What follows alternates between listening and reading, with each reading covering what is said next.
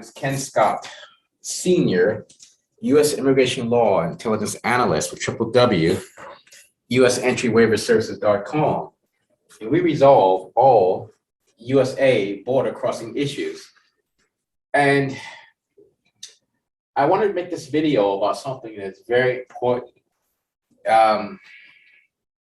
It does not really apply to Canadian citizens as much, but then again, it does.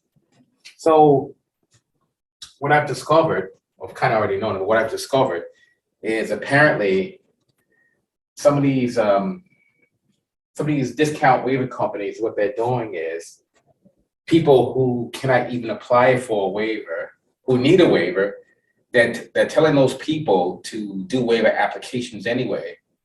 And then these people are going to the border and they're getting in trouble for it because they're not supposed to do that.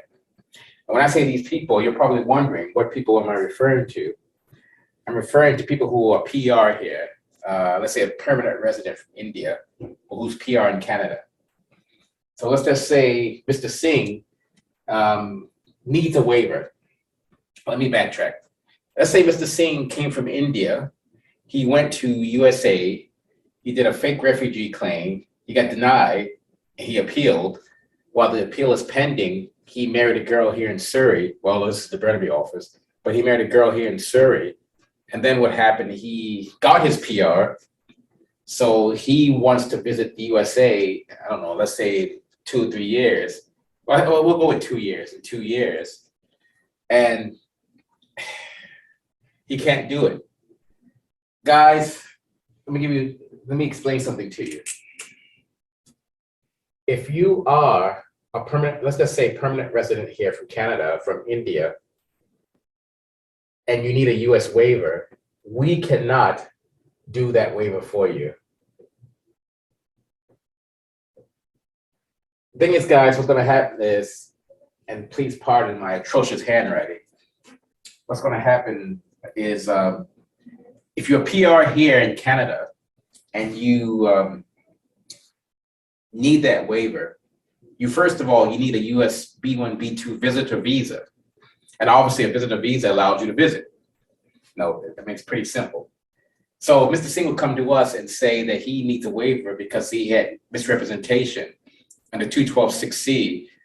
We would say to him, well, sir, we can't really do much for you here. Your entire case has to be handled through the US Consulate on Pender Street. And I'm gonna say it again.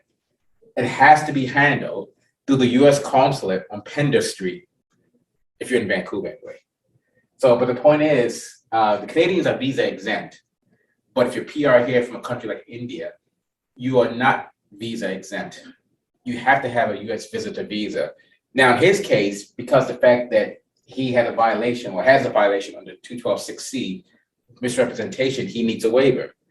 So what he's going to have to do, the way it's set up is, he goes to the consulate, he applies for his B1, B2, they look at it.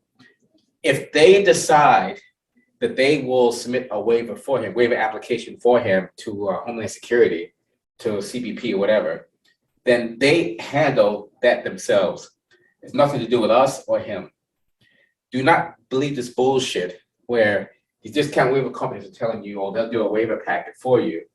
And then you go down to the border and CBP says, why the hell are you here? You're not allowed to be here. Because you're going to get in trouble. I'm not going to tell you what kind of trouble, let's just say the kind of trouble that you won't like. So basically responding to some YouTube comments where this came up and some emails. And it seems like the people who are PR don't understand how this works. If you are not a Canadian citizen and you're even in, let's say, Pakistan, you're in Egypt, wherever, or I'm trying to think of a good place I could use. Let's go to Pakistan and Egypt. Or let's even go Kenya. So you're in Kenya and you have an offense for misrepresentation. You cannot, the only thing you can really do, the way it's set up, you have to deal with that US consulate in Kenya. I don't know the capital of Kenya, but the US consulate in Kenya or the U.S. consulate in Karachi, I think it's Karachi, or Islamabad, or the U.S. consulate, embassy, whatever, in Cairo, because Cairo's in Egypt. Because you have to have a visitor visa, and especially because you also have a violation. Now, when you go for your interview, obviously you apply online, go through the steps, yada, yada. But then when you go for your interview, you are at that mercy of that consulate officer. If that officer feels like he or she does not want to go the waiver way, and he says no, he or she, they say, for example, they say, no, sir, I am not applying for a waiver, or you're not eligible for a waiver, whatever reason they decline to go that way. Your interview is done, you leave, and you are stuck. There's absolutely nothing else you can do because you're at that mercy of that consulate officer. Now, let's just say this is the fourth time you applied and they agree to submit the waiver for you or take care of that. That's a different story. Then, CBP will do the adjudication, yada, yada. But if that consulate officer does not wish to forward your case for the waiver, you are stuck. There's nothing you can do. So again, I don't want to sound like a parrot here, but you are at the mercy of the consulate officer. And again, do not believe the lies, these discount waiver companies telling you, oh, they'll do the waiver for you. And you take it down to the border, and you're not even a Canadian. You go down to that border and apply, you are in trouble. There's a really good chance you're going to be in trouble. So, I mean, it's your life. You guys want to take the chance, go right ahead. But if you're not a Canadian citizen, and you need a U.S. visitor visa for whether it's criminality or immigration violation, you are at the mercy. I want to say it again. You are at the mercy of that consulate officer, and he or she will decide how they wish to proceed. Now, mind you, if they go in a favorable direction, then that's fine. Then you're okay. If for whatever reason they don't like your shoes, they don't like how you look, they're obviously not going to tell you that, but they're just going to say, oh, we're not going to do it. And if that happens, there's nothing you can do. You have to grin, bear it, and leave. It's a really crappy situation, but there's no other way to get around it. If you have to deal with this U.S. consulate, remember, you are at, and I have terrible handwriting, I know, for the trolls who say I cannot write. You're at the mercy of that consulate officer. So you best hope that that officer has mercy and is willing to go that waiver way. Again, if they're not willing, you are stuck. There's nothing you can do. No one else can help you.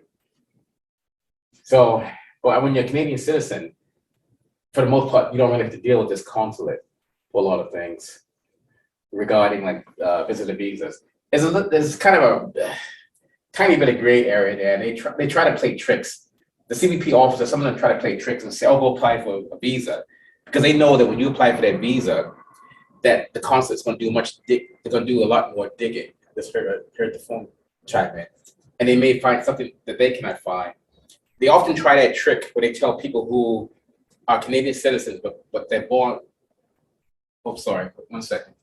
The Canadian citizens, but they're born and raised in Iran. Yeah.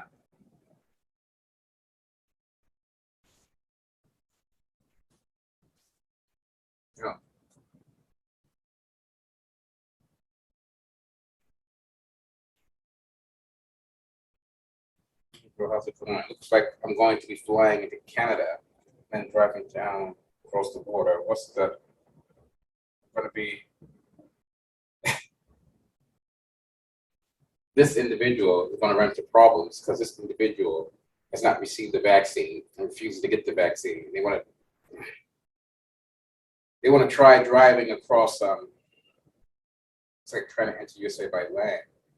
But anyway, that's a different topic. So again, remember, if you have to deal with that U.S. consulate, you're at the mercy of that officer who's adjudicating your visa application, your B1, B2 visa application. And you better hope that they have mercy or they can do something for you. If not, you are stuck. Now, I've said this about 5 times here. We're going to make this video go viral. So if you guys get stuck, ripped off by a discount waiver company, for doing a waiver application, this kind of situation, you only have to blame yourself. Now, I'm only talking about the Vancouver consulate. Now, I honestly cannot speak on the other consulates. I know about Vancouver, I know about Belfast, and I know about London, but I cannot speak on about the other ones. But I'm going to assume that it's pretty much the same. But I know for a fact, the 3 consulates I mentioned is how they operate. So, I mean, we always like to ensure that we're accurate with everything that we say and do. Okay, good. Just another client checking in. So again, guys, so I don't bore you guys too much. So again, Ken Scott, Senior, U.S. Immigration Law Intelligence Analyst with www.usentryWaiverServices.com. And that's 888-908-3841 or 604-562-8140. And we're here to serve your needs 24 hours a day, 7 days a week. And we've got locations in Surrey, Burnaby, Vancouver, Edmonton, Ontario very soon, London, England, Washington State, and what else do we have? Oh, Tallinn, Estonia. And we no longer have the one up in Yorkshire. That one's been shut down. There's not much money up there in Yorkshire, but there is in London. So, anyway, guys, any questions, give us a shout. Or you can email us at info@denidentrytousa.com. Again, it's info@denidentrytousa.com. And obviously, in the words of my Vulcan colleague, live long and prosper. Why you should be denied entry to that country. So, if you're denied entry to the United States for criminality, maybe, had a bar fight, or maybe you were accused of, I don't know. It's okay. You didn't do it. This is what you want to do. You may need a U.S. entry waiver. You may, or you may not. If you do, you want to use sendittoken.com. Sendittoken.com. And once you use sendittoken.com, we can get you cleared to enter the United States. Does not matter what your conviction is, whether it's for or nothing is impossible. Why? Because we're there when you need us. Sendittoken.com. I gotta tell you, folks, wait till Hulk Hogan comes out here. The roof is gonna come off the Bell Center here in Montreal.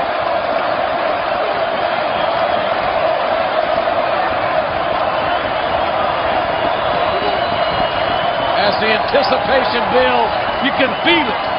The legendary Hulk Hogan is a heartbeat away.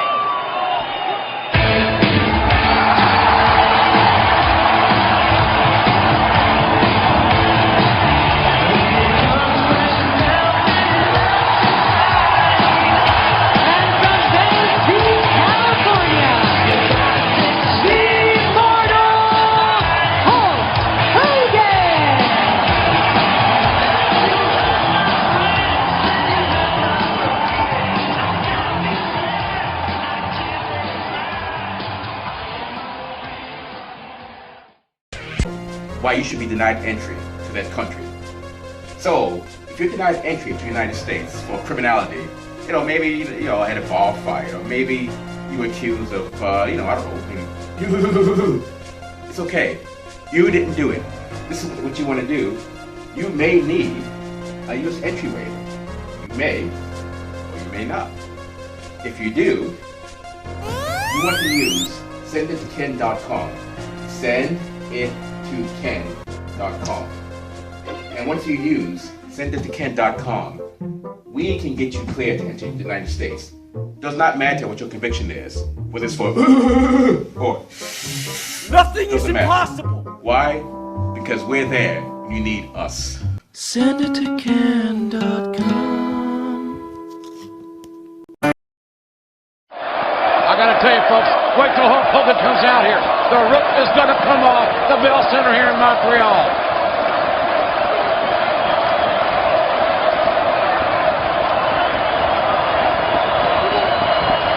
As the anticipation builds, you can feel it.